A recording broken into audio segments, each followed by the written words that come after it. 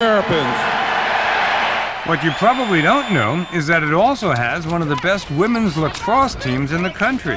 We won 7 consecutive women's national championships in the sport of women's lacrosse. Women must be lining up to get on the lacrosse team. They are not lining up if they don't have scholarship funds. But Maryland's athletic director, Debbie Yao, says it doesn't take money to get men on the field. We have many, many more men who would like to be a member of, say, the wrestling team without any scholarship aid at all. They just want to be there. They want to be a member of the team. If a guy wants to join, can't he? Can't he just No, hey, no, he can't. Only a limited number of them can. You have men who come here and want to wrestle, and they can't wrestle, and there are more spaces on the women's lacrosse team than you can fill. Exactly. What's it like telling a male wrestler that he can't wrestle? They cry. A number of them do, because it's so devastating to them to not be able to participate. And the men point out that Title IX isn't just about sports. It says that colleges cannot discriminate according to gender, period. So why only enforce it in sports? Why not in mechanical engineering, or physics, or dance? I think that if we're not going to go into collegiate dance programs and tell them to get rid of 80% of their women so that they're proportional, then I don't know why we're going into collegiate athletic programs and doing that. Because, Mr. Coker, there aren't that many guys who are applying to the women's dance programs. Well, it may be that there aren't as many men interested in dance as women.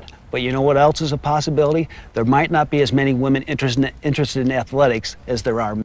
And I'm saying this law does not allow for that possibility. Women are not as interested in sports as men.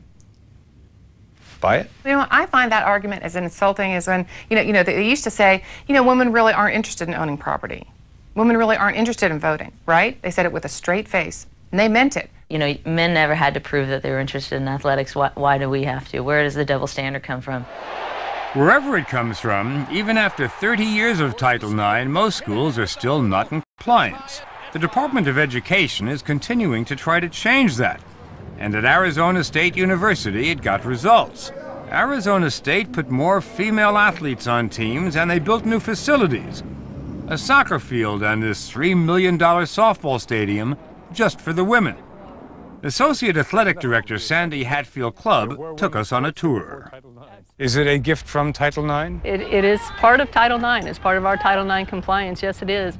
But the Department of Education is playing hardball. It says that even with all these improvements, Arizona State is still on the wrong side of the law. That's because while 52% of the students are women, only 40% of the athletes are. Here at Arizona State, as at so many other campuses, it's turned into a numbers game. The government told the university it needs 80 more women athletes, so the university needs more sports for women, and is now considering here in the middle of the desert the creation of a women's varsity rowing team. Let's face it, if you add rowing, you're going to have a women's rowing team. You're not going to have a men's rowing team. That's correct. We're not. Because the whole idea is to raise the number of women. Raise the number of opportunities for women. That's correct. And there's nothing quite like rowing to do that. The teams are huge and the cost per athlete is very low. With 60 women, some boats and some oars, you can float gently down the stream all the way to Title IX compliance. So many colleges have added teams that they're advertising for female rowers on their websites. Never rowed before? No problem. Even with no experience, you may be eligible for a scholarship. It's great for the college, great for the girls, and it really ticks off the boys. Since they were 4-year-olds. We've been wrestling since we were 4, and these women are going to become part of a Division I. And possibly get a full scholarship. Possibly get money to try to do something they've never done before. There's no fairness in that. Some of the men who are being dropped from college sports are champions. Freshman Steve McCain of UCLA. Gymnast Steve McCain was ranked number 3 in the nation and was training for the Olympics at UCLA when the school announced in 1994 that it was dropping its men's gymnastics team, a team which had produced a steady stream of Olympians. Everyone in the world that knows anything about gymnastics knows that UCLA had a great program. And here it is, gone. You know, like that, just wiped out. With his team gone and his training Steve McCain's hopes of going to the '96 Olympics were also wiped out. That's it. I would have to say that this guy is not going to Atlanta. It's unfortunate because you would like to think that someone who really has pursued something for this long, and it's something this noble, you would like to think that there would be, that would actually mean something. McCain left UCLA to start training full-time and made the Olympic team in 2000.